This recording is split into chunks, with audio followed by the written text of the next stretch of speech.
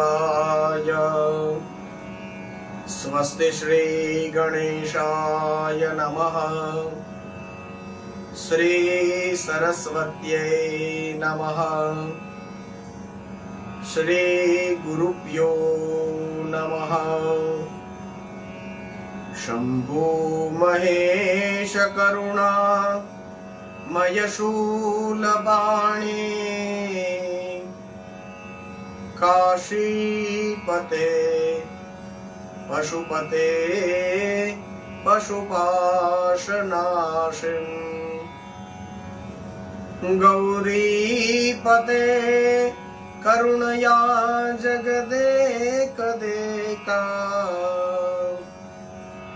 त्वं हंसि पासि विददासि महेश्वरूषि। त्वत्तो जगद्भवदिदे वभव स्मरारे।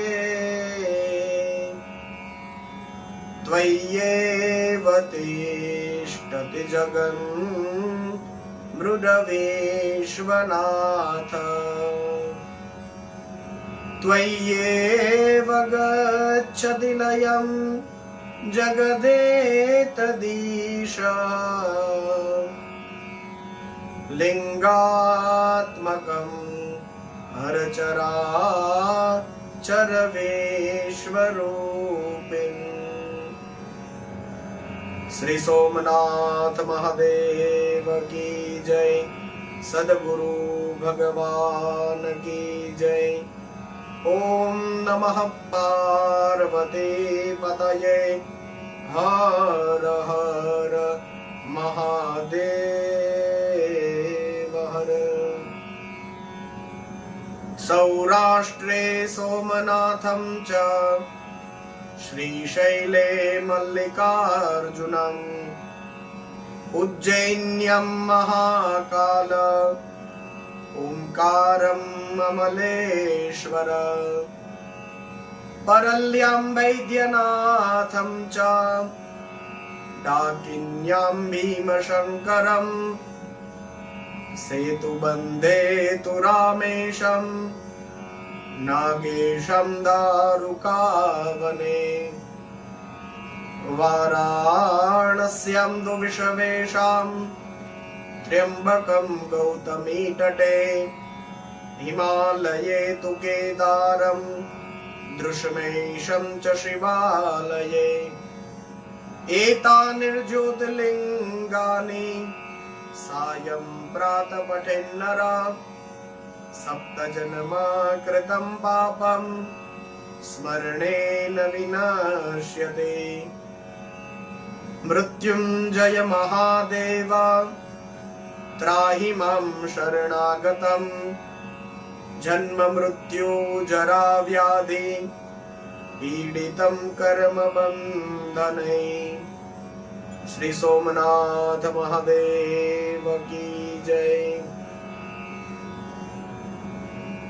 परब्रह्म परमात्मा भगवान महादेव शंभू के कथा रसिक आप सभी भाइयों बहनों को बड़े ही प्रेम और आदर से इस श्रावण महीने में हम सबके श्रावण उत्सव के पावन पर्व पर आज फिर एक बार आप सबका स्वागत करता हूँ और सभी को प्रेम से जय श्री कृष्णा, जय सिया राम, ओम नमः शिवाय। आप सभी को प्रणाम करता हुआ हम सब लोगों ने भगवान महादेव के दिव्य अनुग्रह से, भगवान सोमनाथ की परम करुणामयी कृपा से इस शिव पुराण में अब तक 5 संहिताओं का दर्शन किया है। आइए अब हम मिलकर के कैलाश संहिता में प्रवेश करें और इसके बाद में जो अंतिम वाली वायवीय संहिता है, पूर्व और उत्तर 2 भागों में उसका दर्शन होगा। तो आज हम भाग्यशाली है कि परब्रह्म परमात्मा शिव के गुणानुवाद को कहने और सुनने का हम सबको अवसर प्राप्त हुआ है। आइए हम सब प्रणाम करें उन सभी को जिन्होंने इस कथा को हम तक पहुंचाया है। उन आचार्य परंपराओं को प्रणाम करते हैं और इस तरह से आज की कथा में उतर जाए। तो प्रारंभ में ही भगवान वेदव्यास ने कैलाश संहिता को लिखते हुए मंगलाचरण किया है, जिसमें वे पार्वती सहित शिव को प्रणाम करते हैं। तो हम भी भगवान शिव पार्वती को प्रणाम करें और भगवान वेदव्यास की कलम के साथ आगे बढ़े।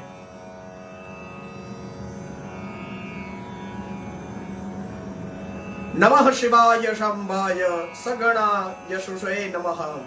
शिवाय शांबाय सगणाय प्रधान पुरुषाय सर्गस्त्रिंतय हेतवे। तो यह जो प्रधान, इसका अर्थ प्रकृति और पुरुष के नियंत्रता है, जो सृष्टि पालन और संहार के कारण है। तो उन पार्वती सहित शिव को उनके पार्षदों और पुत्रों के साथ यहाँ पर प्रणाम करते हैं, ऐसा वेदव्यास जी ने प्रारंभ में ही कहा।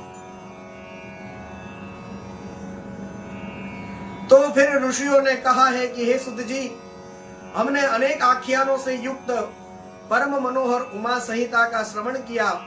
आप सबको स्मरण में ही होगा, जिसमें हमने देवी माँ के अवतारों की कथा का दर्शन किया है, जिसमें माँ ने अवतार लेकर के करुणा करके करुणामयी ने महिषासुर, चंड मुंड, शुंभ निशुंभ आदि का वध किया है।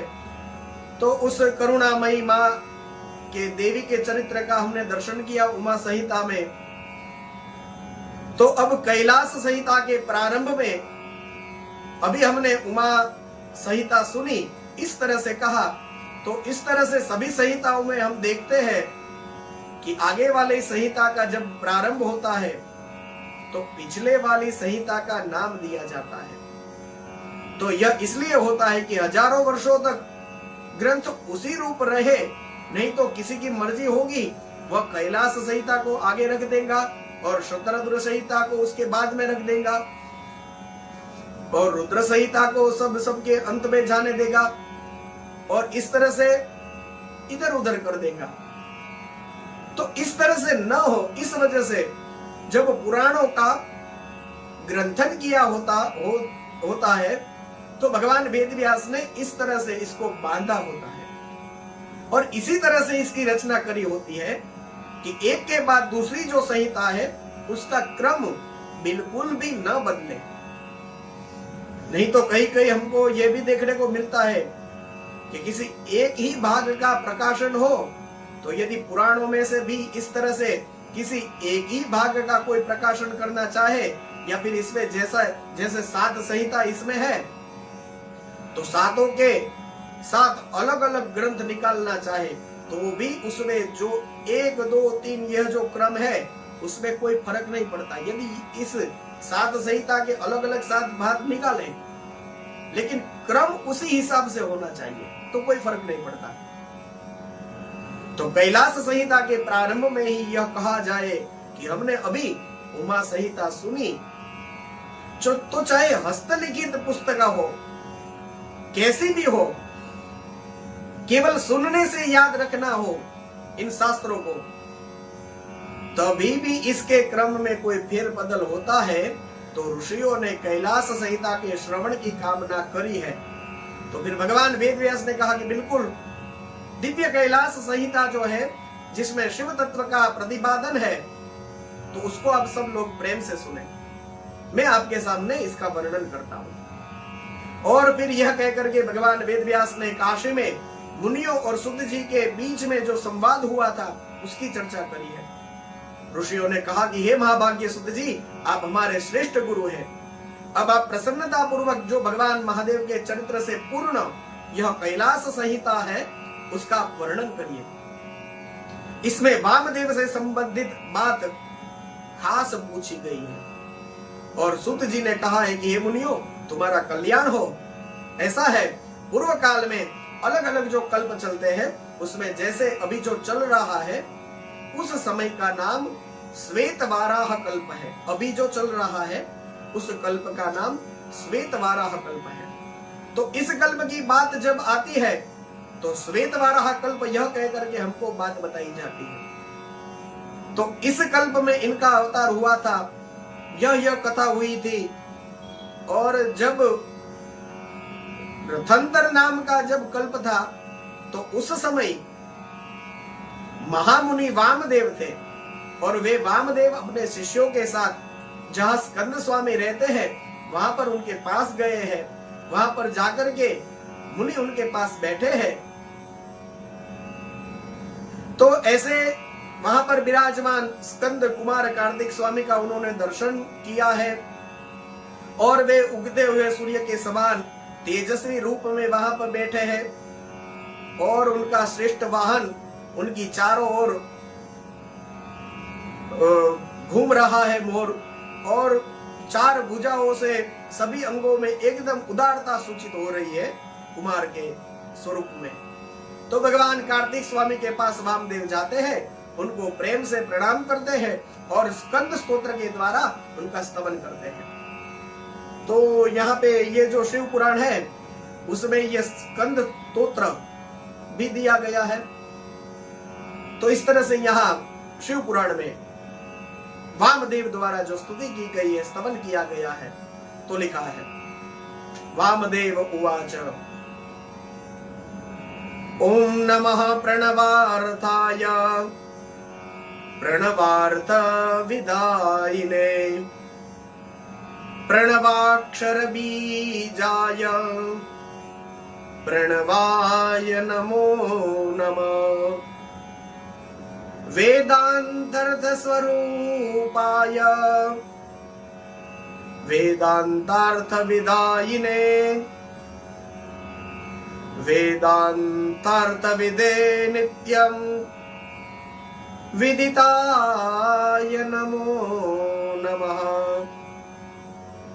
नमो गुहाय भूतानां गुहा सुनिहिताय च गुह्याय गुह्यरूपाय गुह्यगम विदे नमः। तो इस तरह से वामदेव ने दिव्य स्तुति करी है, और यहाँ पर फल कथन बताया है कि जो वामदेव द्वारा वर्णित इस दिव्य स्कंद स्तोत्र, इसके कुछ 12-13 श्लोक हैं। यदि इसका कोई पाठ करता है तो उसको वह परम गति की प्राप्ति होती है। और उससे भी ज्यादा काम का फल कथन यह है कि यह स्तोत्र बुद्धि को बढ़ाने वाला है और शिव भक्ति की वृद्धि करने वाला है। तो वामदेव जी के द्वारा किए गए इस परमार्थ पूर्ण स्तोत्र को सुनकर के भगवान स्कंद जो है वह प्रसन्न हुए हैं, और उन्होंने कहा कि हे मुनि, तुमने जो पूजा और स्तुति और ये सब किया है इससे मैं प्रसन्न हूं, आपका कल्याण हो। बताइए आपका कौन सा कार्य मैं सिद्ध करूं? क्योंकि वैसे तो जगत में ऐसी कोई वस्तु नहीं जिसके लिए तुम्हारे जैसे वितराग महर्षि को याचना करनी पड़े। तथापि धर्म की रक्षा और संपूर्ण जगत पर अनुग्रह करने के लिए तुम जैसे साधु संत जो है वह भूतल पर विचरण करते रहते हैं। इसलिए मुझसे कुछ सुनना चाहते हो तो जरूर कहो।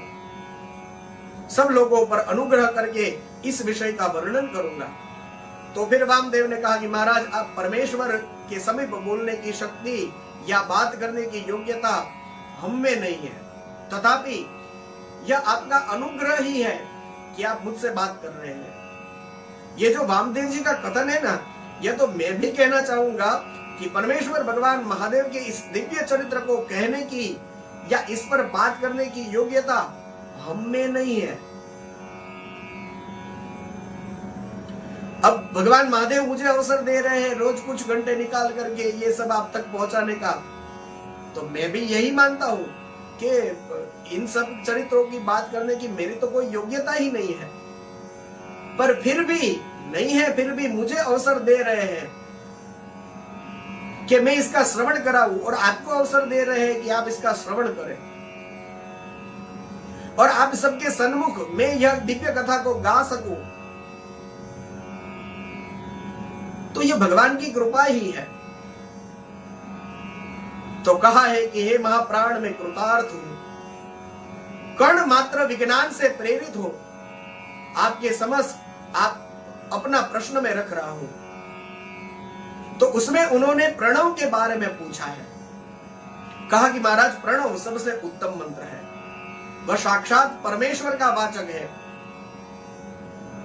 पशुओं के पास को छुड़ाने वाले भगवान पशुपति ही उसके वाच्यार्थ है। और तैतरीय उपनिषद में लिखा है, ओमेति तदं सर्वम ओमकार ही, यह प्रत्यक्ष देखने वाला समस्त जगत है। यह सनातन श्रुति का कथन है। ओमेति ब्रह्म, अर्थात ओम यह ब्रह्म है। तो यह भी तैतरीय उपनिषद में, और सर्वम यत् ब्रह्म, यह मांडुक्य उपनिषद में ये सब का सब ब्रह्म ही है, इत्यादि बातें भी श्रुतियों द्वारा कही गई है। तो मैं चाहता हूं कि कृपा करके आप मेरे सन्मुख प्रणव के अर्थ का प्रतिपादन करें और प्रणवार्थ का उपदेश दें। तो यह सुनकर के बड़े प्रसन्न हुए हैं और श्री स्कंद ने कहा कि वामदेव, तुम्हें साधुवाद है, क्योंकि तुम भगवान शिव के अत्यंत भक्त हो, शिव तत्व के ज्ञाता और सबसे श्रेष्ठ हो। तीनों लोकों में ऐसी कोई वस्तु नहीं है जिसका तुम्हें ज्ञान न हो, फिर भी तुम सब लोगों पर उपकार करने वाले हो, इसलिए तुमने इस प्रश्न को पूछा है।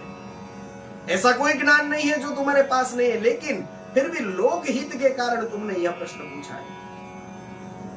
तो मैं जरूर उसका उत्तर तुम्हें दूंगा और इस विषय का वर्णन करूंगा। अब कहा है, इस लोक में जितने जीव हैं वे सब नाना प्रकार के शास्त्रों से मोहित हैं। परमेश्वर की अति विचित्र माया है, उन्होंने परमार्थ से वंचित कर दिया है। कार्तिक स्वामी वामदेव जी को कहते हैं, अतः प्रणव के वाच्यार्थभूत साक्षात महेश्वर को वे नहीं जानते। वे महेश्वर ही सगुण निर्गुण तथा त्रिदेवों के जनक परब्रह्म परमात्मा है। कार्तिक स्वामी कहते हैं, जो स्वयं शिव जी के पुत्र है, वे कहते हैं यहाँ पे कि मैं अपना दाहिना हाथ उठा करके तुमसे प्रतिज्ञा पूर्वक कहता हूं कि यह सत्य है, यह सत्य है, यह सत्य है। और बारंबार मैं इस सत्य को दोहराता हूं कि प्रणव के अर्थ साक्षात शिव ही है। अब देखिए, भगवान महादेव जी के पुत्र ही कहते हैं और हाथ उठा करके कहते हैं और कहते हैं कि प्रतिज्ञा पूर्वक कहता हूं कि यही सत्य है, यही सत्य है, यही सत्य है। क्या सत्य है? कि प्रणव का अर्थ साक्षात शिव ही है। श्रुतियों में, स्मृतियों में, शास्त्रों में, पुराणों तथा अगमों में प्रधानतया उन्हीं को प्रणव का वाच्यार्थ बताया गया है। और यह कहकर के जो भगवान महादेव के, सदाशिव के जो स्वरूप है, उसका ध्यान करने की बात कार्तिक स्वामी ने उनको कही है। और इसके बाद में फिर प्रणव का जो उपदेश है उसको करने के लिए एक क्रम है, और उस क्रम को बताते हुए सबसे पहले वर्णाश्रम धर्म के पालन का महत्व बताया है। कहा कि यदि सब त्रैवर्णिक अपने अपने आश्रय धर्म के पालन में हार्दिक अनुराग के साथ लगे हो, तो उनका ही श्रुति और स्मृतियों में प्रतिपादित धर्म के अनुष्ठान में अधिकार है, दूसरों का नहीं है। श्रुति और स्मृति में प्रतिपादित कर्म का अनुष्ठान करने वाला पुरुष अवश्य सिद्धि को प्राप्त होगा। ये बात जो है वो वेद भक्त मार्ग को दिखाने वाले परमेश्वर ने स्वयं कही है। और फिर कहते हैं कि ब्रह्मचर्य के पालन से, ऋषियों की यज्ञ कर्मों में अनुष्ठान से देवताओं की तथा संतानोत्पादन से पितरों की तृप्ति होती है, ऐसा श्रुति कहते हैं। तो ऋषि यदि ब्रह्मचर्य का पालन करे, यज्ञ कर्म करे, अनुष्ठान से देवता, संतानोत्पादन से पितरों की तृप्ति होती है, तो श्रुति यह कहती है। इसके बाद में इस प्रकार ऋषि ऋण, देव ऋण, पितृ ऋण, इन तीन से मुक्त हो वानप्रस्थ आश्रम में प्रविष्ट होकर के मनुष्य शीत, उष्ण तथा सुख दुख आदि द्वंद्वों को सहन करते हुए जितेंद्रिय, तपस्वी और मिताहारी हो और यम नियम आदि योगाभ्यास में लगे रहे, इस प्रकार समस्त कर्मों का संन्यास कर दे और फिर ज्ञान के समाधान में लगा रहे। यह जो ज्ञान का समाधान करना है, यही ज्ञानमयी पूजा है। आज का विषय थोड़ा आपको ज्यादा वो लगेगा, लेकिन इसको समझने का प्रयत्न करेगा। मुझसे जितना सरल हो सके मैं प्रयत्न करता हूं, लेकिन आप भी इसको समझने का प्रयत्न करिएगा। बोर होके छोड़ मत देना, सुनना 1 बार 2 बार 3 बार तो समझ में आ जाएगा, क्योंकि आज का विषय ही ऐसा है। तो यहाँ पर इसका वर्णन किया है और फिर संन्यास लेने की विधि को इस कैलाश संहिता में बताया है। कैलाश संहिता में संन्यास की पूरी विधि, यानी संन्यास लेना किस तरह से हो सकता है, किस तरह से गुरुजन लोग जिस भी व्यक्ति को संन्यास लेना हो उसको उसका पूर्वांग कराते हैं, जिसमें नंदी श्राद्ध और ब्रह्म यज्ञ आदि होता है। और यह से प्रारंभ करके जो यति बना हो, जो सन्यासी बना हो, उसका मरण भी हो जाए तब तक जो कुछ भी विधियां होती है उसका पूरा वर्णन किया है। मतलब सन्यास मार्ग में जब कोई व्यक्ति जाता है तो मरने तक की उसकी जो विधि होती है वो उसकी हयाती में, मतलब वो जिंदा है तब उसके हाथों से ही करवा दी जाती है। मतलब खुद अपना पिंडदान भी कर देता है कि अब मैं मरा हूं। तो इस तरह से सन्यास विधि में विधियां होती है। तो उसका पूरा वर्णन भी यहाँ कैलाश संहिता में हमको प्राप्त होता है। और जैसे उस सन्यास ग्रहण की शास्त्रीय विधि को बताते हुए मैं केवल विषयों का पाठ करूंगा, क्योंकि हमको एक भी विषय नहीं छोड़ना है। तो इस तरह से हमारी कोशिश है, तो इस तरह से मैं केवल विषयों का पाठ कर लूंगा। सन्यास ग्रहण की शास्त्रीय विधि को बताते हुए उन्होंने गणपति पूजन, फिर होम, तत्व शुद्धि, सावित्री प्रवेश, सर्वन्यास और दंड धारण आदि का जो प्रकार होता है यह बताया है। इसके बाद में कार्तिक स्वामी ने वामदेव को, उन्होंने जब प्रणव के अर्थ का विवेचन पूछा है तो संन्यास लेने के बाद में अब उसको प्रणव के अर्थों का विवेचन सुनाया जाता है।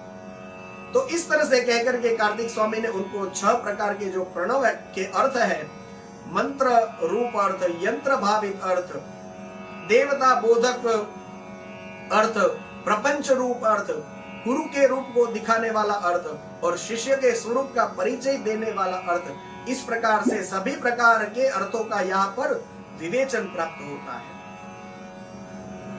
और फिर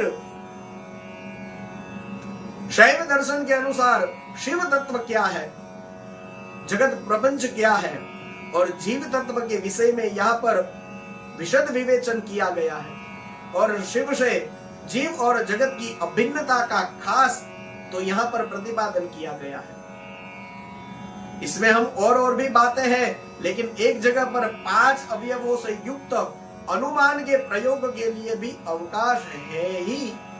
यह कह करके स्कंद स्वामी ने हमको अनुमान करने की भी छूट दी है। तो जो श्रुति प्रत्यक्ष इतिहास से प्राप्त है, इस तरह से जो अनुमान हमारे यहाँ कई प्रकार के बताए गए हैं, उसमें यह जो अनुमान प्रमाण है उसके 5 अवयवों की चर्चा यहाँ पर है।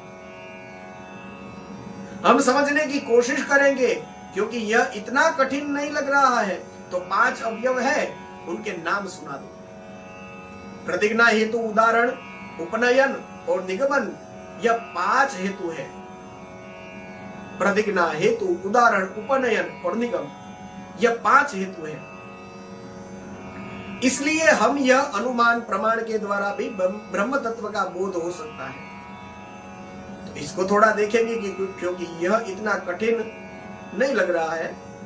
कहते हैं कि अनुमान के 5 अवयव है, जो मैंने आपको उसके नाम सुनाए।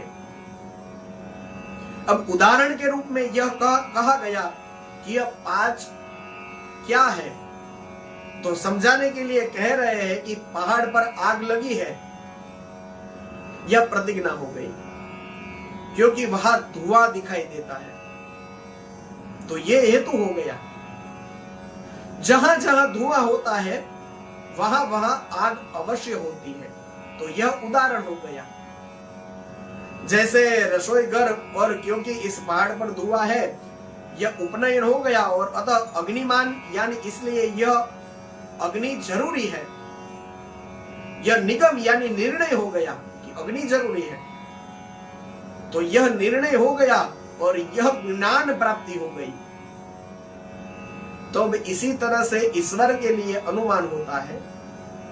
यह यहां पर लिखा है, मैं केवल आपके सामने पढ़ रहा हूं। लिखा है पृथ्वी पर पृथ्वी है और अंकुर आदि जो हमारे सामने दिखाई देते हैं, तो यह किसी कर्ता द्वारा ही उत्पन्न हुए हैं। क्रतुजन्य बिना कर्ता के कोई कार्य होता नहीं है। तो पृथ्वी अंकुर आदि जो है वे किसी कर्ता के द्वारा ही उत्पन्न हुए हैं। तो यह प्रतिज्ञा हो गई।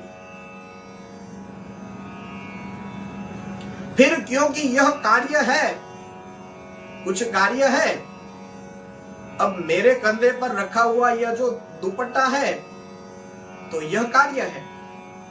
तो फिर स्वाभाविक रूप से यह दोनों से बना है। एक तो दर्जी ने बनाया है और एक कपड़े से बना है। दो नहीं होते तो ये नहीं होता। तो इस तरह से यदि कुछ कार्य है तो उससे कर्ता का निर्देश होता है। थोड़ा समझ में आया होगा।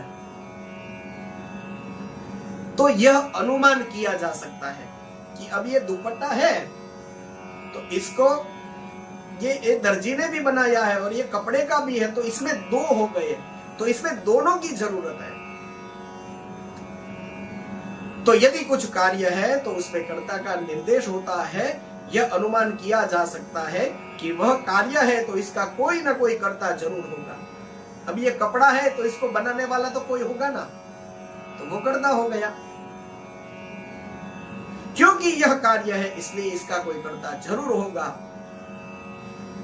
और यत् तत्कार्यम तत्तत् क्रतुजन्यम यथा घटकुंभकार जन्य, कहते हैं कि जहां जहां भी कार्य होते हैं वहां किसी न किसी कर्ता की बात को हमें सोच सकते हैं कि ये बनाया है तो इसको बनाने वाला भी कोई कर्ता होगा ही होगा, ऐसा हम सोच सकते हैं। जैसे घड़ा है तो बिना कुम्हार के कैसे बनेगा, तो यह भी यहां पर बताया गया उदाहरण के द्वारा। तो उदाहरण के द्वारा अनुमान को सिद्ध किया गया। और क्योंकि यह पृथ्वी आदि कार्य यह उपनयन हुआ, और अंत में लिखा है कि अतः क्रतुजन्यम, अतः यानी इसलिए यह क्रतुजन्य है, यानी किसी कर्ता के द्वारा ही उत्पन्न है। यह निगम हुआ तो पृथ्वी आदि कार्य हम जैसे लोगों से उत्पन्न हुए हैं। तो यह तो कहना संभव नहीं कि पृथ्वी बना लेगा, कोई पहाड़ बना लेगा, कोई नदी बना लेगा, तो यह तो हो नहीं सकता किसी भी मनुष्य से। आज तक ऐसा कोई भी काम किसी ने किया हो कि हम कितना भी बर्फ इकट्ठा कर ले, लेकिन हमसे हिमालय थोड़ा बनेगा। तो यह पृथ्वी आदि जो कार्य है यह हम जैसे लोगों से उत्पन्न हुए हैं, यह कहना तो संभव नहीं है। अतः यह विलक्षण कार्य होने की वजह से इसका कर्ता भी कोई ना कोई विलक्षण कर्ता होगा। बर्फ कितना भी इकट्ठा कर ले लेकिन हम हिमालय बना नहीं सकते। जल कितना भी हम इकट्ठा कर ले लेकिन हम समुद्र नहीं बना सकते।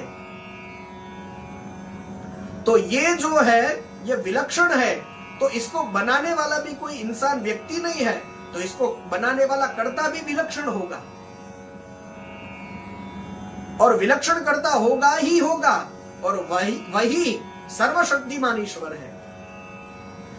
तो इस तरह से अनुमान से परब्रह्म परमात्मा का बोध किया जा सकता है। तो वह इस अध्याय में हमने देखने की कोशिश करी है, प्रयत्न किया है।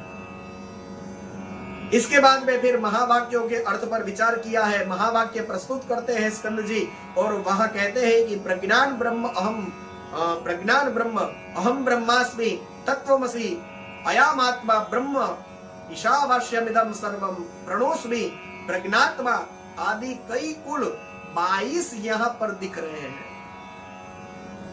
उन्होंने महावाक्य बताए हैं और उनके अर्थों पर ज्ञानी लोग जिस तरह से विचार करते हैं वह स्कंद स्वामी ने श्री वामदेव जी को बताया। और एक बात बहुत अच्छी कही है, कहते हैं कि ये सर्व आत्मक शंभु सोहम हंस शिवोम्यहम इति सर्व वाक्यार्थ वामदेव शिवोदिता।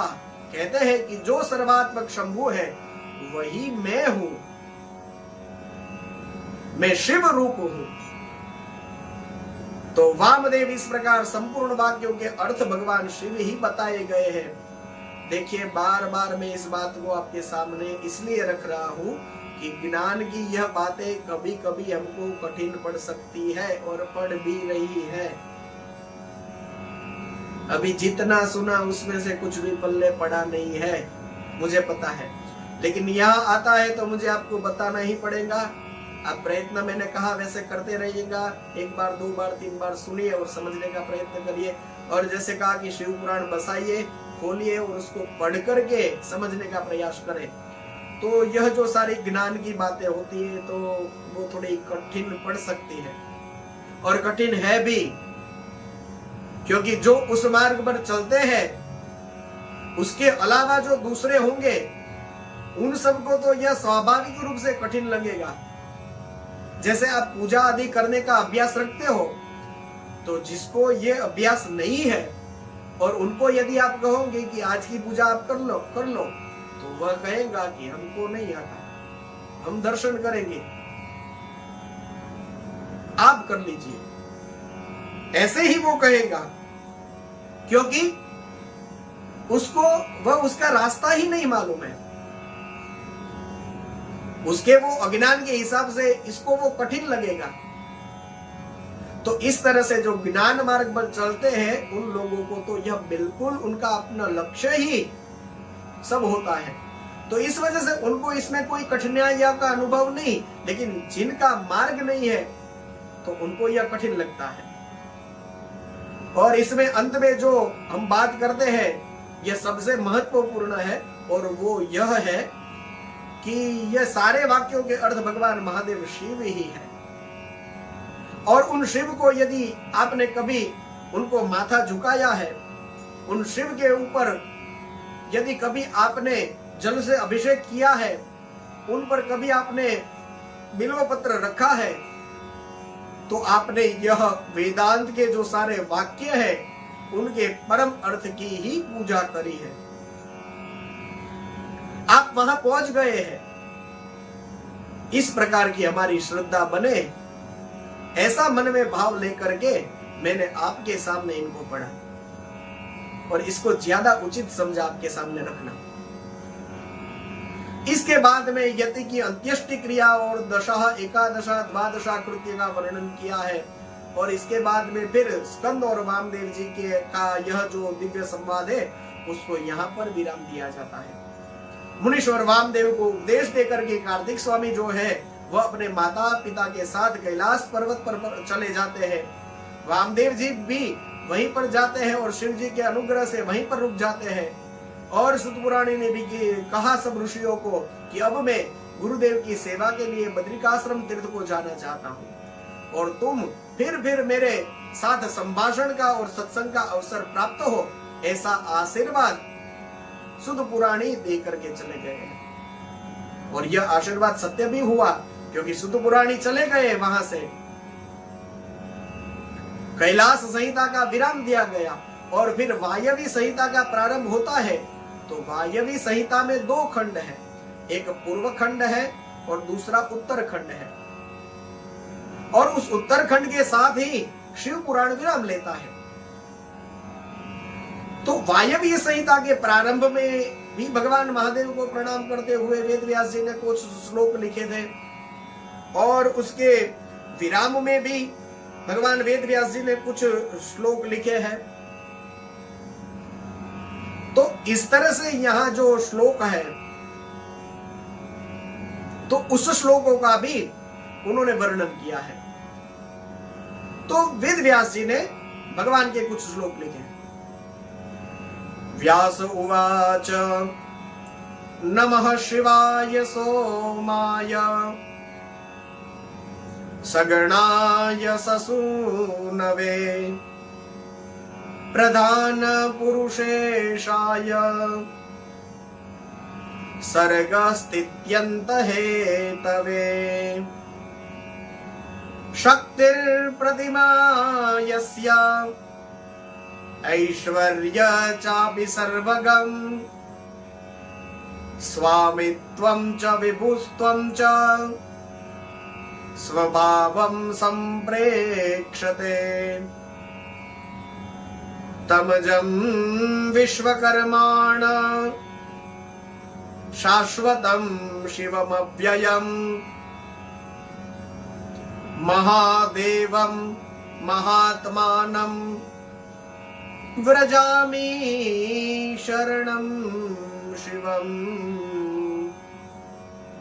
व्रजामि शरणं शिवम्। भगवान वेदव्यास जी कहते हैं, जो जगत की सृष्टि, पालन और संहार के हेतु है तथा प्रकृति और पुरुष दोनों ही ईश्वर है, उन प्रमदगण पुत्रद्वय यानी कार्तिक स्वामी और गणेश जी और उमा सहित भगवान शिव को नमस्कार है, जिनकी शक्ति की कहीं तुलना नहीं की जा सकती, जिनका ऐश्वर्य सर्वत्र व्यापक है तथा स्वामित्व और विभुत्व जिनका स्वभाव कहा गया है, ऐसे विश्व शिल्प सनातन अजन्मा अविनाशी महान देव मंगलमय परमात्मा शिव की मैं शरण लेता हूं।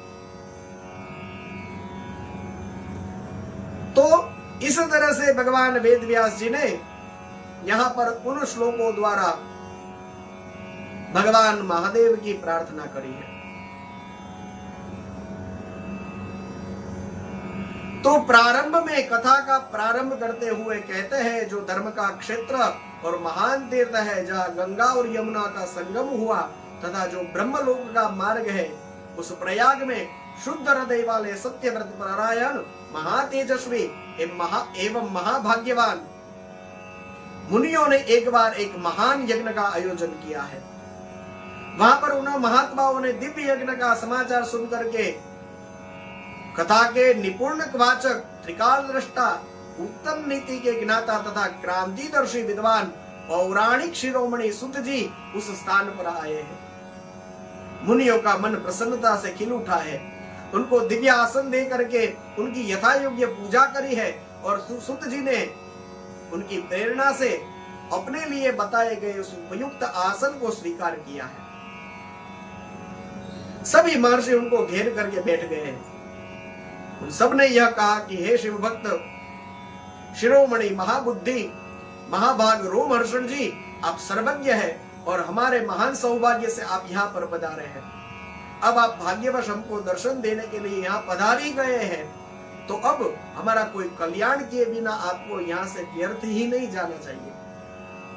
अब कुछ न कुछ पवित्र पुराण की कथा सुनाइए, जो अत्यंत श्रवणीय हो, उत्तम कथा और ज्ञान से युक्त हो, वेदांत के सार से सर्वस्व से संपन्न हो। तो वक्ता जो है वह श्रोताओं के प्रश्न पर ही कथा सुनाते हैं। जी, यहाँ कथाओं की शुरुआत प्रश्नों से ही हुई है, तो वक्ता जो है वह श्रोताओं के प्रश्न पर ही कथा सुनाते हैं।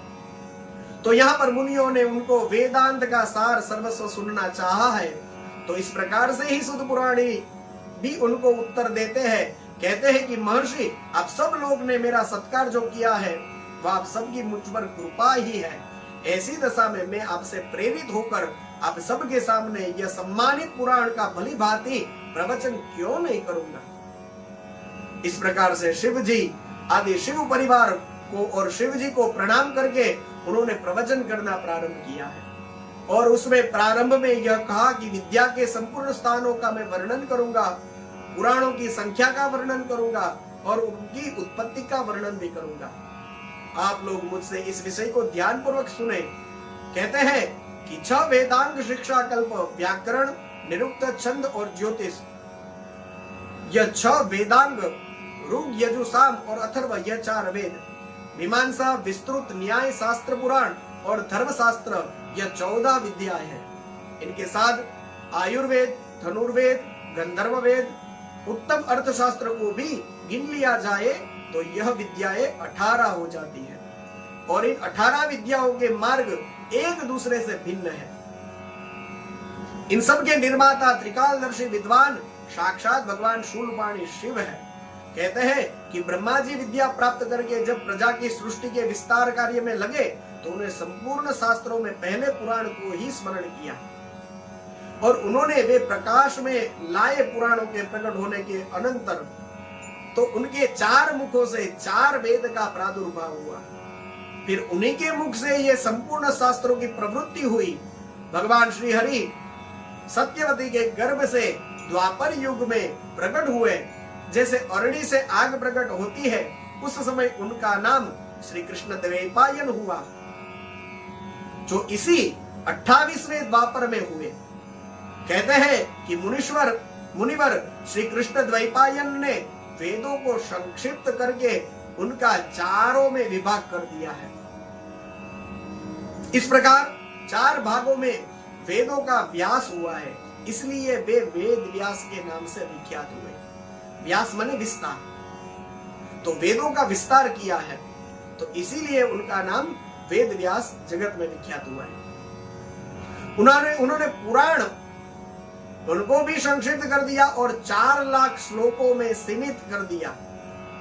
आज भी देवलोक में पुराणों का जो विस्तार है तो वह 100 करोड़ श्लोकों में है। जो द्विज 6 अंगों और उपनिषदों से 4 वेदों को जानता है किंतु पुराणों को नहीं जानता है, वह श्रेष्ठ विद्वान नहीं हो सकता। 4 वेद को जान ले पर पुराणों को आप नहीं जानते तो आप श्रेष्ठ विद्वान नहीं माने जाते। यहां पर पुराणों के 5 लक्षण बताए। पुराणम 5 लक्षणम, सर्ग, विसर्ग, वंश, मनवंतर और वंशानुचरित। फिर छोटे और बड़े के भेद से कुल 18 पुराण बताए हैं। इसमें ब्रह्म पुराण, पद्म पुराण, विष्णु पुराण, शिव पुराण, भागवत पुराण, भविष्य पुराण, नारद पुराण, मार्कंडेय पुराण, अग्नि पुराण, ब्रह्म वैवर्तक पुराण, लिंग पुराण, वाराह पुराण, स्कंद पुराण, वामन पुराण, कूर्म पुराण, मत्स्य पुराण, गरुड़ पुराण और ब्रह्मांड पुराण, यह पुराणों का पवित्र क्रम बताया है। और इसमें शिव पुराण जो है वह चौथा है, जो भगवान शिव से संबंध रखता है और सभी मनोरथों का साधक है। इस ग्रंथ के श्लोक की संख्या जो है वह 1 लाख है और यह 12 संहिताओं में विभक्त है और इसका निर्माण भी भगवान साक्षात शिव ने ही किया है। इसमें धर्म प्रतिष्ठित है। वेद व्यास जी ने इस 1 लाख श्लोक वाले शिव पुराण को संक्षिप्त करके 24,000 श्लोक का कर दिया है। तो इस तरह से बताया गया और अब तो मैंने पूरा आपके सामने यह वर्णन कर दिया है कि इसमें केवल 4,000 श्लोक की जो वायव्य संहिता है तो वही रह गई है, जो 2 भाग से युक्त है। तो उसका वर्णन मैं करूंगा करके सुद पुराणी ने उनके सामने इस वायवी संहिता का वर्णन प्रारंभ किया है। तो सबसे पहले अमित तेजस्वी भगवान व्यास जी को नमस्कार किया है और फिर सुद पुराणी कहते हैं कि ऐसा है, सबसे पहले यह वर्तमान कल्प जब उपस्थित हुआ और सृष्टि का जब कार्य प्रारंभ हुआ तो कृषि, गौरक्षा, वाणिज्य आदि सब की प्रतिष्ठा हुई और प्रजा वर्ग के लोग जो है वह सजग हो गए, सचेत हो गए और अपने अपने काम में लग गए। तब 6 कुलों में उत्पन्न जो महर्षि थे उन सब लोगों ने बार बार यह विचार विमर्श होने लगा कि यह पर ब्रह्म है या नहीं है, क्योंकि कुछ प्रश्न उपस्थित तो करना पड़ता है। इससे पहले भी ऋषि शिव पुराण के सत्संग में मैंने आपसे यही बात करी थी। इस प्रकार के आध्यात्मिक विषयों में सवालों को अपने घरों में, अपने मित्र मंडल में, आपके साथ जो भी ग्रुप्स होते हैं जिसमें हमें संवाद होना ही चाहिए, करना ही चाहिए व्हाट्सएप आदि में। तो हमको इस प्रकार के प्रश्नों को, जैसे खेत में जो किसान है वह बीजों को फेंकता है उसको बोने के लिए, तो बस उसी तरह से हम लोगों को भी इस तरह से सवालों को फेंकना और ऐसे ऐसे प्रश्नों और ऐसी ऐसी जिज्ञासाओं के द्वारा, क्योंकि अपने मन में कई जिज्ञासाएं होती है, उसको प्रकट कर देना, तो ये सबसे अच्छा है। और फिर जहां लगे कि सब समान है, इसमें कोई गुरु नहीं है, शिष्य नहीं है, सभी परस्पर मिलकर के चर्चा करते हो, तो वहां सवालों को खास जरूर इस तरह से सबके बीच में रखना चाहिए। और फिर उसमें सभी लोग विचार करते हैं मिलकर के, सबके बीच में बात रख दी और फिर उस बात पर सभी लोग मिलकर के विचार करते हैं। तो कोई किस शास्त्र में संपन्न है, कोई किस शास्त्र में संपन्न है, कोई को किसी का ज्ञान है, कोई को किसी का ज्ञान है, तो सब अपनी अपनी समझ के अनुसार अपनी बात को रखना है। अब किसमें किस प्रकार की बुद्धि हो और सभी अपने अपनी तरफ से उसका उत्तर देते हैं, तो उसके द्वारा भी इस वाद के द्वारा भी हमको तत्वबोध हो सकता है। और उस दिन भी मैंने याद किया था, आज भी कहूंगा, भगवत गीता में भगवान श्री कृष्ण ने इस प्रकार का जो वाद किया जाए, कोई कहे कि परब्रह्म ऐसा है, कोई कहे ऐसा है, उसने जो कहा उस युक्ति को सार्थक सिद्ध करने के लिए वहां अपनी ओर से प्रमाण प्रस्तुत करे, फिर सामने वाला अपना प्रमाण दे। तो इस प्रकार जो वाद होता है, उस वाद से ही तत्वबोध होता है, यानी परब्रह्म परमात्मा का ज्ञान हमको प्राप्त होता है। तो इस तरह से ऋषि महर्षियों हमको सिखाया है। अब तो यह जो महर्षि थे सब परस्पर जो विचार कर रहे थे परब्रह्म तत्व है कि नहीं है, फिर उन सब लोगों ने सोचा कि अब तो जगत शिल्प के पास ही जाना पड़ेगा, क्योंकि उन्होंने ही इस जगत की उत्पत्ति करी है। सब गए हैं श्री ब्रह्मा जी के पास में, और वहां सुंदर रमणीय जो मेरु शिखर है, वहां पर सिद्ध और चारण परस्पर बातचीत कर रहे हैं। यक्ष और गंधर्व वहां पर विहार किया करते हैं। ऐसे दिव्य ब्रह्मा जी के स्थान में जाकर के उन्होंने लोक पितामह का दर्शन किया, और उनका दर्शन करते ही सब अत्यंत प्रसन्न हो गए। उनका मुख प्रसन्न था, उनके मुख से, ब्रह्मा जी के मुख से सौम्य भाव प्रकट हो रहा था। उनके नेत्र कमल दल से समान विशाल थे, वे दिव्य कांति से संपन्न थे, दिव्य गंध एवं अनुलेपन से चर्चित थे, दिव्य श्वेत वस्त्रों से सुशोभित थे, दिव्य मालाओं से विभूषित ब्रह्मा जी थे। उनके चरणारविंदों की वंदना सुरेंद्र, असुरेंद्र तथा योगेंद्र भी करते थे, और जैसे प्रभात दिवाकर की सेवा करती है, बस उसी प्रकार समस्त शुभ लक्षणों से युक्त साक्षात सरस्वती देवी माँ वे अपने हाथ में चामर लेकर के उनकी सेवा कर रही थी। उनकी बड़ी शोभा हो रही थी, और ऋषि महर्षियों ने उनका दर्शन किया तो बड़े प्रसन्न हुए, और उन्होंने मस्तक पर अंजलि बांध करके उन सुरेश श्रेष्ठ की स्तुति करी है। ऋषि बोले, संसार की सृष्टि, पालन, संहार और हेतु, तो मस्तक पर वो बांध ली अंजलि और फिर स्तुति करी है कि संसार की सृष्टि, पालन और संहार के हेतु तीन रूप धारण करने वाले आप पुराण पुरुष पर ब्रह्म परमात्मा को, ब्रह्मा जी को नमस्कार है। प्रकृति जिनका शरीर है, जो प्रकृति में शोभा उत्पन्न करने वाले हैं, तथा प्रकृति रूप में 23 विकारों से युक्त होने पर भी जो वास्तव में निर्विकार है, उन ब्रह्मदेव को नमस्कार है। ब्रह्मा जी ने कहा कि हे महान सत्व गुण से संपन्न, महातेजस्वी और महाभाग्य, हे ऋषियों, तुम सब लोग यहाँ पर एक साथ आए हो, कोई कारण है? तो ब्रह्मा जी ने पूछा, तो उन सभी ऋषियों ने हाथ जोड़ करके विनती करी, कहा कि महाराज, हम लोग अज्ञान के महान अंधकार से आवृत होकर के खिन्न हो रहे हैं। हम सब मिलकर के उस प्रश्न पर विचार कर रहे हैं, ऐसा कौन पुरुष है जो संपूर्ण जीवों से पुरातन, अंतर्यामी, उत्कृष्ट, विशुद्ध, परिपूर्ण एवं सनातन परमेश्वर है? तो यह प्रश्न सुनते ही ब्रह्मा जी के नेत्र आश्चर्य से खिल उठे हैं। वे देवता और दानव और मुनियों के निकट खड़े हो गए और चीरकाल तक ध्यान मग्न हो गए। केवल एक शब्द बोल पाए, रुद्र, और वे आनंद मग्न हो गए। भाव विभोर हो गए, उनका सारा शरीर पुलकित हो उठा है। वे हाथ जोड़ करके बोले हैं, हे मुनियो, ये तो वाचो निवर्तते अप्राप्यत मनसा स आनंदम यस्य मे विद्वान न विभेति रुदश्चन यस्मात् सर्वमिदं ब्रह्मा विष्णु रुद्र इंद्र पूर्वक जो सह भूतेन्द्रिय सर्व प्रमथ संप्रसूयते। तो इस तरह से मन सहित वाणी लौट आती है। जिनके आनंदमय स्वरूप का अनुभव करने वाला पुरुष कभी किसी से कहीं भी डरता नहीं है, जिनसे संपूर्ण भूतों और इंद्रियों के साथ ब्रह्मा विष्णु रुद्र और इंद्र पूर्वक यह समस्त जगत पहले प्रकट हो जाता है, जो कारणों के भी श्रेष्ठा है और विचारक परम कारण है, जिनकी सिवा और किसी से कभी भी जगत की उत्पत्ति नहीं होती है, वे रुद्र ही परम पुरुष है।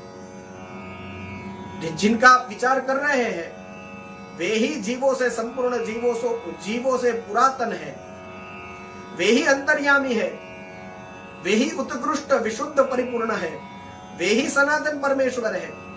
उन दिव्य शंभु का परम तत्व के रूप में उनका वर्णन किया है, उनकी महत्वता का वर्णन किया है और फिर उनकी कृपा को ही समस्त साधनों का फल बताया है।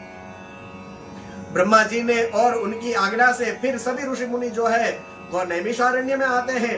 ब्रह्मा जी ने उनको आज्ञा दे करके यह कहा कि मेरे पास यह चक्र है, इस चक्र को मैं मेरे से छोड़ता हूं, इसकी नेमिया मतलब जो आरे हैं चक्र के वो जहां पर क्षीण हो जाए वहीं पर जाकर तुम 1 सहस्त्र दिव्य वर्षों के लिए दीर्घकालिक यज्ञ का आरंभ करो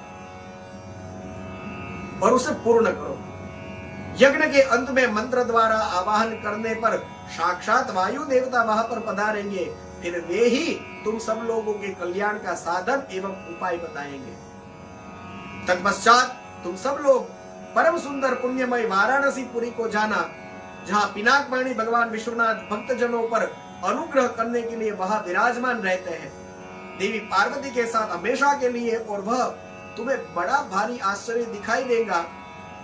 और उस आश्चर्य को देख करके तुम फिर मेरे पास आना, तब मैं तुम्हें मोक्ष का उपाय बताऊंगा। तो इस तरह से ब्रह्मा जी ने कहा और फिर उनके पास में ही उन्होंने दर्शन किया। तो जैसे ही दृष्टि करी वहां तो एक मनोमय चक्र जिसका निर्माण ब्रह्मा जी ने किया और उस चक्र को ब्रह्मा जी ने वहां से छोड़ा है और इसके बाद में वह ब्रह्मा जी का फेंका हुआ जो चक्र था वह मनोहर शिलाखंडों से युक्त एवं निर्मल एवं स्वादिष्ट जल से पूर्ण किसी वन में गिरा। उस चक्र की नेमी जो है वो क्षीण होने से वहां पर होने से वही मुनि पूजित नैमिषारण्य के नाम से वह स्थान विख्यात हुआ। अनेक यक्ष गंधर्व विद्याधर आदि वहां आकर के रहने लगे।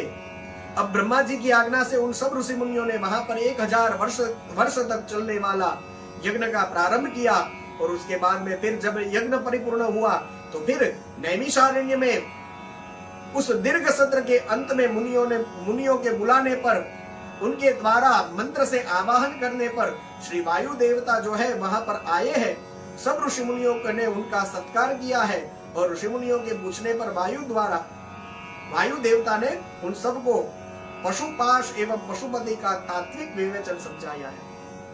कहते हैं कि जड़ चेतन और उन दोनों का नियंता यही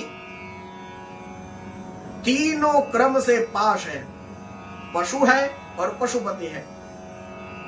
तो यह तीनों क्रम से पशु, पाश और पशुपति यह कहे जाते हैं। तो जड़ जो है वह प्रकृति है, चेतन जो है वह जीव है और जड़ चेतन दोनों का ही नियंता, उन दोनों को ही परमेश्वर जो है वह अपने हाथ में रखता है। तो जड़ हो गई प्रकृति और चेतन हो गया जीव और उनके नियंता हो गए परमेश्वर। तो वे इन तीनों को क्रम से पाश, पशु और पशुपति कहते हैं। यानी प्रकृति है पाश, जीव है पशु और परमेश्वर है पशुपति। तो इस तरह से ज्ञान दिया है वायु देवता ने, और फिर महेश्वर की दिव्य महत्ता का उन्होंने यहाँ पर प्रतिपादन किया है। अब पशुपाश और पशुपति का विवेचन सुनने के बाद में, उस ज्ञान को प्राप्त करने के बाद में ऋषि मुनियों ने पूछा कि महाराज, किस लिए पुरुषों को आवरण प्राप्त होता है और किस उपाय से उनका निवारण होता है? तो वायु देवता ने कहा कि भोग के लिए किया गया कर्म ही उस आवरण में कारण है, और मल का नाश होने से वह आवरण दूर हो जाता है। यह सारे ज्ञान मार्ग के शब्द है। हमारे समझ के लिए हमारे लक्ष्य को जो भी और दूर कर देते हैं, और सारे क्रियाकलाप, ऐसे सारे भाव, ऐसे सारे विचार, ये सब आवरण होते हैं।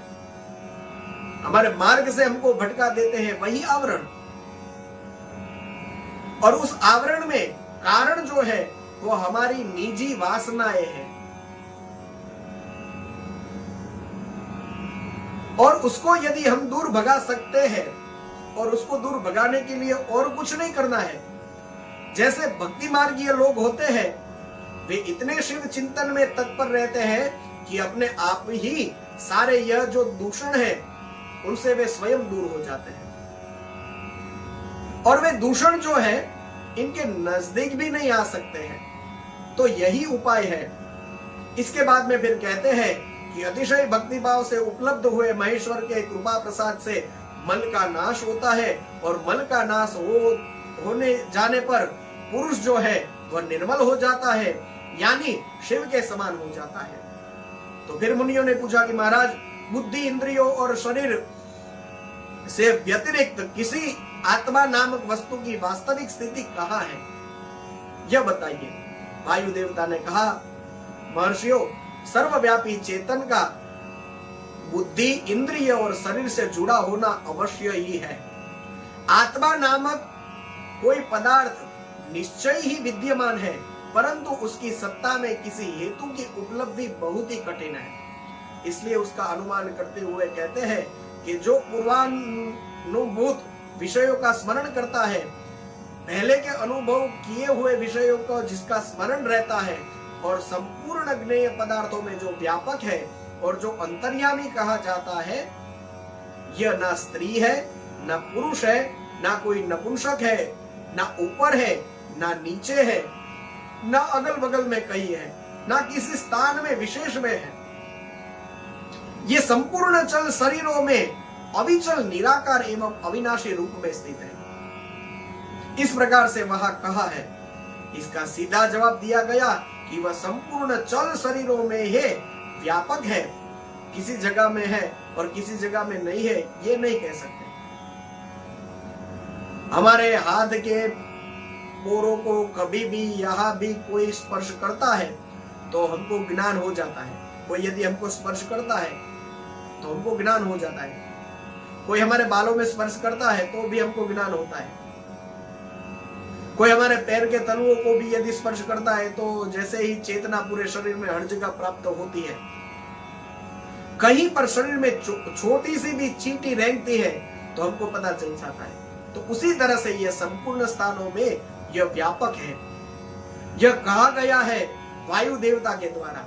और फिर इसके बाद वायु देवता कहते हैं कि महर्षियों, इस विश्व का निर्माण करने वाला कोई पति है जो अनंत रमणीय गुणों का आश्रय कहा गया है। वही पशुओं को पास से मुक्त करने वाला है। उसके बिना संसार की सृष्टि कैसे हो सकती है? क्योंकि पशु अज्ञानी है और पाश अचेतन है। देखिए, यह तीनों चीजें हैं, ना पशु, पाश और पशुपति, ये तीन चीजें हैं। स्वाभाविक रूप से हम सब यह जानते हैं कि पशु तो अज्ञानी है, जीव जो है वह अज्ञानी है। यदि उसको ज्ञान हो जाए तो फिर वह पशु क्यों कर रहे? यदि उसको ज्ञान हो जाता है तो वह पाश से मुक्त हो जाए। और जो पाश है उसमें तो कई चेतन नहीं है। प्रकृति थोड़े ही ना हमको पकड़ने के लिए आती है। यदि कोई आदमी रात को 2 बजे, 3 बजे, 4 बजे तक हाथ में मोबाइल लेकर बैठा रहता है और अपनी आंखों को खराब करता है अंधेरे में, तो उस मोबाइल में ऐसी ताकत थोड़ी है, उसमें कुछ चेतन थोड़ा ही है कि वह जिंदा हो और व्यक्ति है उसको पकड़ ले और उसके हाथ जो है तो उसके बाद में फिर उसका जो भी खराब इफेक्ट है तो वो उसको नहीं कहेगा कि तू सो जा भैया, ऐसा नहीं कहेगा। वो तो वैसे ही रहेगा और उसकी जो खराब इफेक्ट है वो जो होने वाली है वह तो होगी। तो वो हमको नहीं कहेगा कि अब मुझे छोड़ और सो जा, तो उसकी जो खराब इफेक्ट है वो हमको होगी ही होगी। तो वह पाश जो है वह अचेतन है, उसमें चेतना नहीं है। सारी प्रकृति जिस जिस किसी वस्तु बिना हमको नहीं चलता है उसको देख लीजिए। तो इसको मैंने अपने कंधे पर रखा है तो यह अचेतन है। इसको उठा करके मैं अपने झोले में रख दूं तो वह चला जाएगा, कबाट में रख दूं तो वहां चला जाएगा, वहां पर रहेगा, उसे वह बिल्कुल कोई फर्क नहीं पड़ता। तिल भर भी इसको कोई हिलाएगा नहीं, क्योंकि इसमें कोई चेतना ही नहीं है। तो पाश अचेतन है, यानी प्रकृति अचेतन है और जीव जो है वह अज्ञानी है। तो फिर प्रधान परमाणु आदि जितने भी जड़ तत्व है उन सब का कर्ता कोई ना कोई पति तो होगा। पशुपति नहीं हो तो फिर पशु को पास से मुक्त कौन करे? तो इस वजह से यह जरूर मानना पड़ेगा कि विश्व का निर्माण करने वाला कोई ना कोई पति जरूर है। ऐसा व्यास जी यहाँ पर वर्णन वायु देवता के द्वारा हमको समझाते हैं। जो भगवान वेद व्यास ने लिख करके हम लोगों को कहा, तो किसी बुद्धिमान या चेतन कारण के बिना यह जड़ तत्वों का निर्माण कैसे संभव है, यह वायु देवता ने हमको समझाया है। और यह कह करके फिर वे महेश्वर ही पशुपति है, उनकी बड़ी महत्ता यहाँ पर बताई गई है। इसके बाद में सिद्धांत की बात सुनाते हुए वायु देवता ने संक्षेप में इस अध्याय को पूरा करते हुए स्पष्ट कर दिया कि देखो, भगवान शिव प्रकृति और पुरुष दोनों से परे हैं।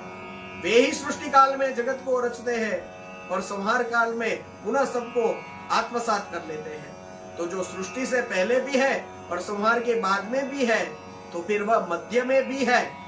जो आदि में है, अंत में है, वह मध्य में भी है। तो वही शिव तत्व को पकड़ के रखो। तो जो बीच में हमारे पास आया है उसका सदुपयोग जरूर करो। उस जगत का वह सारे उन विचारों का, उन भावों का, उन क्रियाओं का सदुपयोग करो, लेकिन उसमें चिपकना नहीं है। मतलब हमारे जीवन में हम पैदा हुए थे उससे पहले भी भगवान थे, हम मर जाएंगे फिर भी भगवान होंगे। तो पैदा होने और मरने के बीच में जो जो भी वस्तु है तो उसमें चिपकना नहीं है। हमको उस परम तत्व का ध्यान करना है। तो ये परम तत्व ही है जो अंत तक आपके साथ रहेगा। बाकी की जो बीच में जो चीजें आपको मिलती है तो वो रहेगी या छूट भी जाएंगी। जो साथ में आने वाला है उसके ऊपर ध्यान देना चाहिए।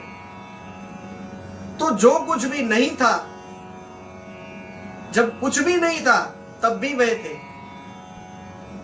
जब कुछ भी नहीं रहेगा तब भी वे रहेंगे, और मध्य में भी है, यानी वही हमारे सांस में अभी भी है। उसी शिव तत्व पर ध्यान दिया जाए, यही कहना चाहते हैं। इसलिए बार बार महेश्वर के इस अद्भुत तत्व के प्रतिपादन इस तरह से हमारे सामने किया जाता है। इसके बाद में तो फिर काल महिमा बताया, प्रलय बताया और ब्रह्मांड की स्थिति और सर्ग आदि का वर्णन करके फिर वायु देवता ने महर्षियों को कहा कि ऐसा था कि पहले ब्रह्मा जी ने अपने 5 मानस पुत्रों को उत्पन्न किया। तो सनक, सनंदन, सनातन, सनत कुमार, ये 4 और रिभु, ये इन सब को प्रकट किया। वे सब योगी थे, वितरागी थे, ईर्षा दोष से रहित थे। तो उनको क्योंकि उनका मन में ईश्वर में ही लगा था, तो सृष्टि की रचना करने में उनका मन नहीं लगा, तो वे सब चले गए। इसके बाद में फिर सृष्टि रचना की इच्छा से ब्रह्मा जी ने बड़ी भरी तपस्या करी है। दीर्घ काल तक तपस्या करने पर भी जब कोई काम नहीं बना, तो फिर उनके मन में बड़ा दुख हुआ। इस दुख से फिर क्रोध प्रकट हुआ और क्रोध और आवेश में हो गए ब्रह्मा जी। तो उनके दोनों नेत्रों से आंसू की बूंदें गिरने लगी। अब उन अश्रु बिंदु से भूत प्रेत उत्पन्न हुए हैं। असुर से उत्पन्न हुए उन सभी भूत प्रेतों को देखकर ये ब्रह्मा जी ने अपनी निंदा की। उस समय अपनी निंदा की और अपने ऊपर क्रोध किया, और इसी क्रोध और मोह के कारण उनको तीव्र मूर्छा आ गई है। क्रोध से आवेश हुए प्रजापति ने मूर्छित होकर के अपने प्राण त्याग दिए। तब प्राणों के स्वामी भगवान नील लोहित रुद्र अनुपम कृपा प्रसाद प्रकट करने के लिए ब्रह्मा जी के मुख से वह प्रकट हुए हैं। उन जगदीश्वर प्रभु ने अपने एकादश रूप को प्रकट किया है, और महादेव जी ने अपने उन एकादश स्वरूप से कहा कि मैं लोक पर अनुग्रह करने के लिए ही तुम लोगों की सृष्टि करी है। तुम आलस्य रहित हो, संपूर्ण लोकों की स्थापना, हित साधन तथा प्रजा संतान की शुद्धि के लिए प्रयत्न करो। रोने और दौड़ने के कारण उनका नाम रुद्र हुआ। पूरे शिव पुराण में कई प्रकार की रुद्र शब्द की व्याख्याएं मिलती है। तो यहाँ पर जो रुद्र की बात है, यह रोने और दौड़ने के कारण उनका नाम रुद्र हुआ, यह लिखा है। जो रुद्र है वे निश्चयी है, वे प्राण है। तो अब महेश्वर कृपा पूर्वक पुनः उन ब्रह्मा जी को, जो परमेश्वर है, ब्रह्मा जी उनको पुनः प्राण दान किया है और कहा कि डरो मत, तुम सृष्टि करो। ब्रह्मा जी ने कहा कि आप कौन हैं? तब बात सुनकर के महेश्वर ने कहा कि मैं ही परमात्मा हूँ। यह जो एकादश रुद्र है वे तुम्हारी सुरक्षा के लिए यहाँ पर आए हैं। अतः तुम मेरे अनुग्रह से तीव्र मूर्छा को त्याग करके जाग उठो और फिर प्रजा की सृष्टि करो। ब्रह्मा जी ने कहा कि हे भगवान रुद्र, आपका तेज असंख्य सूर्यों के समान अनंत है, आपको नमस्कार है। नमस्ते भगवान रुद्र भास्करम इति तेज से। इस तरह से ब्रह्मा जी ने भगवान महेश्वर की स्तुति करी है। नमस्ते भगवान रुद्र भास्करमित तेजसे, नमो भवाय देवाय रसायम्बुमयात्मने, सर्वाय क्षितरूपाय नन्दीशुरभये नमः, ईशाय वासवे तुभ्यं नमः, स्पर्शाय वात्मने, पशूनां पतये चैव पावकायादि तेजसे, भीमाय व्योमरूपाय शब्दमात्राय ते नमः, ग्रायोग्रस्वरूपाय यजमानात्मने नमः, महाशिवाय सोमाय नमस्त्वमूर्तये नमः। इस प्रकार से भगवान महादेव के 8 नाम लेकर के उन्होंने 8 मूर्ति वाले भगवान शिव को नमस्कार किया है। अब तो उन्होंने ही भगवान महादेव को प्रार्थना करी है कि मुझे ब्रह्मा की आप सर्वत्र सहायता करें और प्रजा की सृष्टि करें। तो प्रजा की सृष्टि करने की बात करी गई तो महादेव जी ने कहा कि मेरे आशीर्वाद से जरूर तुम सृष्टि करो। इसके बाद में ब्रह्मा जी ने यह जो कुछ भी हमारे सामने स्थावर जंगम आदि जो कुछ भी हमको दिखता है, ये पूरी सृष्टि की उत्पत्ति करी है। इसके बाद में फिर भगवान रुद्र के जो वह उत्पन्न हुए थे रुद्रगण, उनके द्वारा रुद्रगणों की सृष्टि, और फिर वह तो चारों ओर भूत प्रेत ही नाचने लगे, क्योंकि रुद्रगण ने जो सृष्टि करी वह वैसी ही थी। तो ब्रह्मा जी ने मना किया और फिर सृष्टि से वह जो रुद्र है वह विरत हो गए। अब तो ब्रह्मा जी ने सोचा कि यह जो मेरी रची हुई प्रजा है वह अपने आप आगे नहीं बढ़ रही, तो फिर आगे तब बढ़ेगी जब मैथुनी सृष्टि होगी, स्त्री पुरुष मिलकर के प्रजा की उत्पत्ति करे। तो फिर उन्होंने सोचा कि प्रजा की वृद्धि हो, इसके लिए मुझे परमेश्वर को ही पूछना चाहिए, क्योंकि उनकी कृपा के बिना तो यह प्रजाएं बढ़ेगी नहीं, बढ़ ही नहीं सकती। तो जो ठीक से सुन रहे हैं ये कथा को, उनको सबको पता ही होगा कि यह कथा फिर से आई है। यही कथा पहले भी आई थी, तो जिन्होंने पहले से ही सुना होगा और ध्यान से सुना होगा तो उनको पता चलेगा कि यह कथा फिर से आई। तो परमा शक्ति जो है ईश्वर के पास रहने वाली, उसी से युक्त भगवान त्रिलोचन का मैं अपने हृदय में चिंतन करता हूँ। ये सोच करके ब्रह्मा जी ने बड़ी भारी तपस्या करने लगे और बड़े प्रसन्न होकर के महादेव जी अपने आधे शरीर से नारी और आधे शरीर से ईश्वर होकर के स्वयं ब्रह्मा जी के पास गए हैं। ब्रह्मा जी ने दंडवत प्रणाम किया है और महादेव जी तथा महादेवी पार्वती की स्तुति करी है। यह अर्धनारीश्वर स्तोत्र के रूप में यहाँ पर शिव पुराण में बताया गया है। यह भी एक छोटा सा ही स्तोत्र है।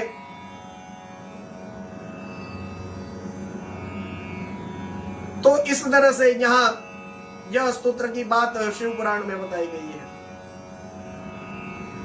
शिव सहस्त्र नाम छोड़ करके बाकी सभी सारे जो स्तोत्र हैं वह छोटे छोटे ही शिव पुराण में बताए हैं और उन सब का फल कथन भी बताया गया है, लेकिन वो बिल्कुल छोटा नहीं है। स्तोत्र छोटे हैं लेकिन उसका फल बहुत बड़ा है।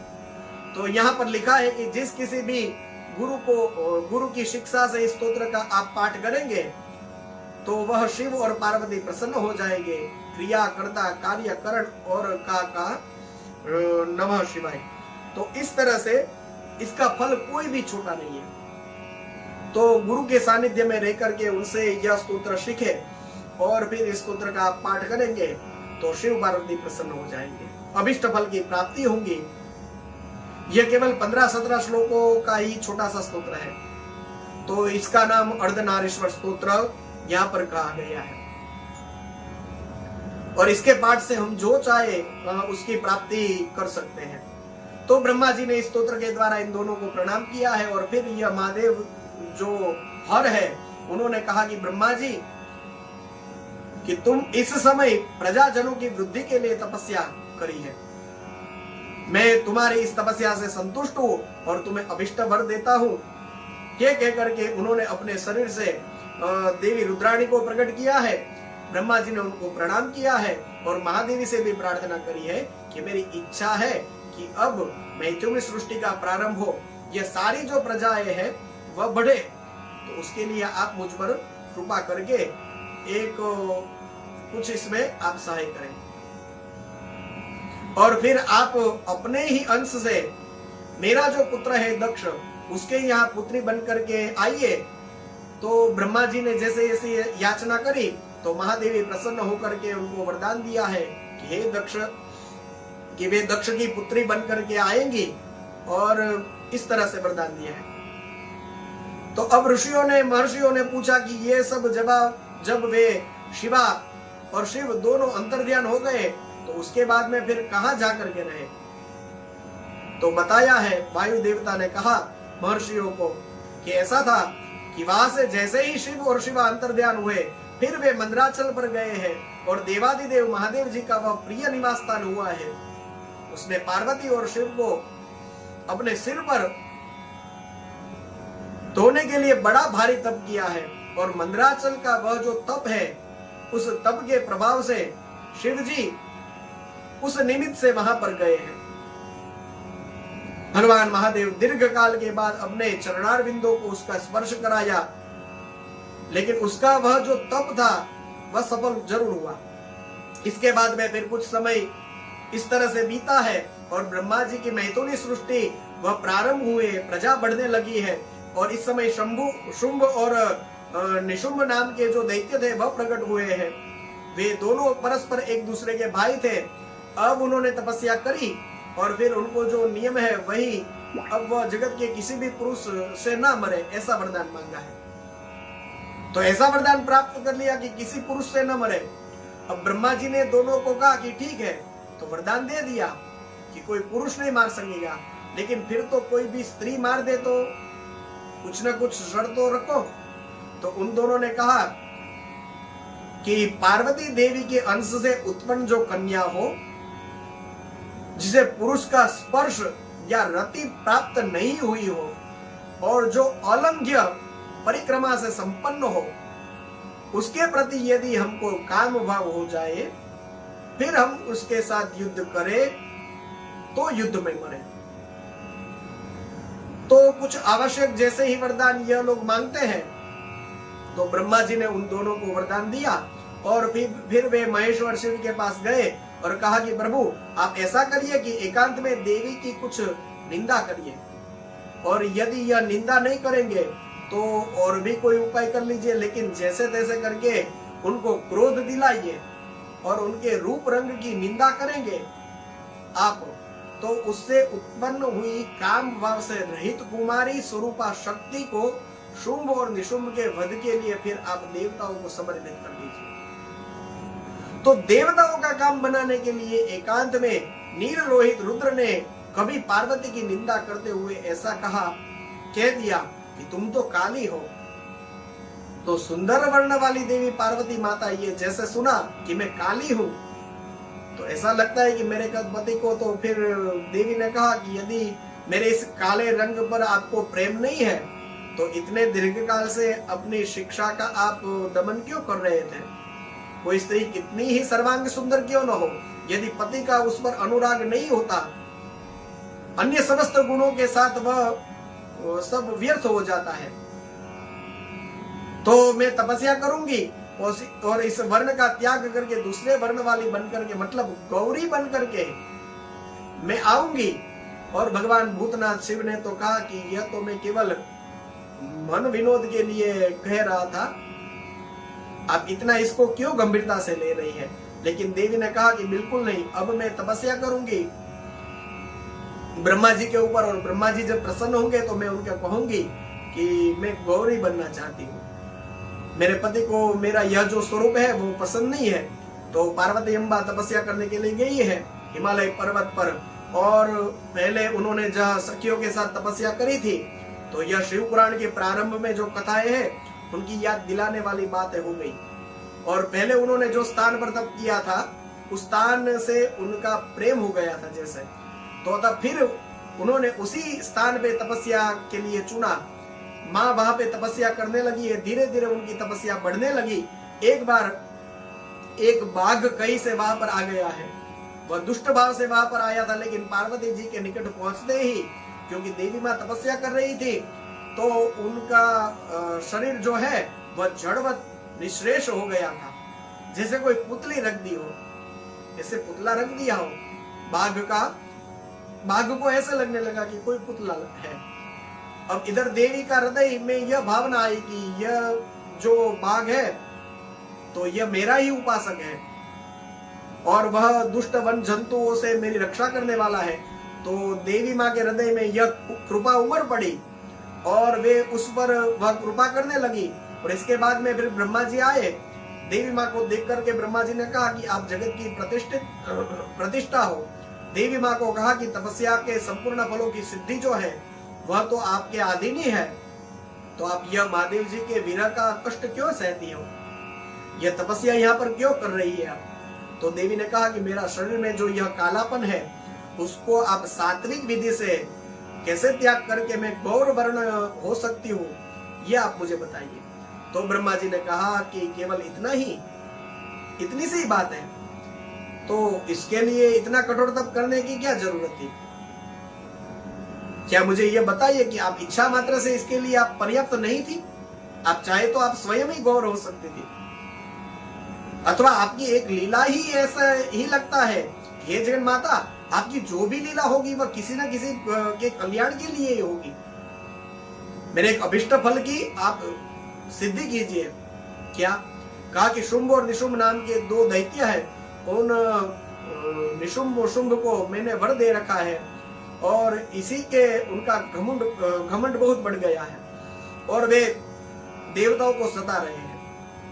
तो उन दोनों का आपके हाथी मरना यह वरदान निश्चित हुआ है।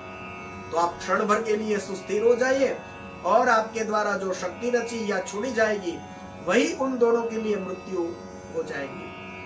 तो ब्रह्मा जी के इस प्रकार की प्रार्थना करने पर गिरजा कुमारी देवी पार्वती जो है वह सहसा अपनी जो काली त्वचा है उसके आवरण को उतार करके गौर वर्ण हो गई। काली त्वचा का जो आवरण था उसके रूप से त्यागी गई जो उनकी शक्ति थी उसका नाम कौशिकी हुआ। वह काले मेघ के समान कांति वाली कृष्ण वर्ण कन्या हो गई और उस समय प्रसन्न हुए ब्रह्मा जी ने उस पराशक्ति को कौशिकी, जो कौशिकी है, उनको सवारी के लिए एक प्रबल सिंह दिया है। तो शेर वाली माता कहा जाता है, तो वह शेर दिया है जो उनके साथ ही आया था। उस देवी के रहने के लिए ब्रह्मा जी ने विंध्यगिरी पर निवास स्थान दिया है और वे दैत्यराज शुंभ निशुंभ को मारने के लिए अपने साथ अनेकों शक्तियां लेकर के वहां गई है उस समरांगण में और उन दोनों दैत्यों को मार गिराया है। अब तो वह सब पूरा हो करके फिर गौरी देवी जो है वह जिनको काली कहा गया था वह गौरी देवी है। तो गौरी माँ ने वहां कहा कि हे ब्रह्मा जी, आपने उस व्याघ्र को देखा है जो मेरे आश्रम में रहता था? उसने दुष्ट जंतुओं से मेरे तपोवन की रक्षा करी है। वह मुझे अपना मन लगा करके अन्य भाव से मेरा भजन करता था, तो उसको मैं अपने साथ ले जाऊंगी। वह मेरे अंतपुर में विचरण करने वाला होगा और महादेव जी उसको गणेश्वर पद का प्रदान करेंगे। तो ब्रह्मा जी ने थोड़ा कहा कि उसने तो कई गायों को मार दिया है, कई ब्राह्मणों को मार दिया है, वह थोड़े ही आपके यहाँ रहने योग्य है। लेकिन देवी माँ ने कहा कि आपने जो कुछ कहा सब सही है, लेकिन फिर भी वह मेरी शरण में आ गया तो फिर मैं उसका त्याग नहीं कर सकती। तो ब्रह्मा जी ने कहा कि बिल्कुल, आपके भक्त का कभी नाश नहीं होता। जो आपकी आज्ञा का पालन नहीं करता वह पुण्य कर्म हो करके भी उसका क्या हो। तो मैं ऐसा नहीं करूंगा, मैं आपकी आज्ञा का पालन करूंगा। और अच्छा है, आप यह पापाचारी व्याघ्र की भी आज आपकी कृपा से वह परम सिद्धि को प्राप्त करेगा। तो इसमें कौन बाधक बन सकता है। ब्रह्मा जी ने वह व्याघ्र जो है उसका वहां पर दे दिया है और फिर ब्रह्मा जी अंतर्ध्यान हो गए हैं। देवी माँ पुनः मंदराचल को चली गई है, वहां पर दिव्य स्वागत हुआ है। और महादेवी जब पधारी तो महादेव जी ने एक बार 60 बैठे थे तो उनके और अपने जो उत्कृष्ट स्वरूप उसका भी वर्णन यहाँ पर किया है। और दूसरा, महादेवी और महादेव का जो अविच्छेद्य यानी कभी भी कट न सके ऐसा मजबूत संबंध जो है उनका, उस पर प्रकाश यहाँ पर डाला गया है और दिव्य प्रवचन दिया गया है महादेव जी और महादेवी के सामने। और यह उन दोनों लोगों का जो एक स्वरूप है, क्योंकि वे तो दोनों मिलकर के ही अर्धनारीश्वर बनते हैं। तो यह महादेव जी ने यहाँ वर्णन किया है। और देवी के साथ आए हुए व्याघ्र को देवी की इच्छा थी तो उसको भी गणाध्यक्ष भी बना दिया गया है और उसको अंतपुर के द्वार पर सोमनंदी नाम से प्रतिष्ठित किया है। इसके बाद में ऋषियों ने पूछा कि संपूर्ण विश्व अग्नि सोमात्मक है, वाक्यार्थ आत्मात्मक है, और उसका जो वर्णन है वह महादेव जी ने महादेव के सामने कैसे किया था, वह आप हमको कहिए। तो रुद्रदेव ने कहा कि जो घोर तमोमय शरीर है वह अग्नि और जो अमृतमय सोम जो है वह शक्ति का स्वरूप है। यह कहकर के अग्नि और सोम का और जगत जो है वह अग्नि सोमात्मक है, इस प्रकार का वर्णन किया गया है।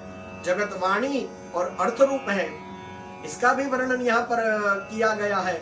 इसके बाद में ऋषि मुनियों ने पूछा कि महाराज भगवान शिव जो है वे शांत भाव से रह करके ही सब पर अनुग्रह करते हैं, तो सबकी अभिलाषाओं को एक साथ ही परिपूर्ण क्यों नहीं कर देते। जो सब कुछ समर्थ करने में समर्थ होगा तो वह सबको एक साथ ही बंधन मुक्त क्यों नहीं कर सकेंगे। आदि आदि सवाल ऋषि मुनियों ने पूछे हैं। तो हमको सुनने से बड़ा अच्छा लगता है कि हाँ, ऐसा करना चाहिए। भगवान सबको एक साथ मुक्त कर देना चाहिए, भगवान को सबकी इच्छाओं को एक साथ ही पूरी कर देना चाहिए।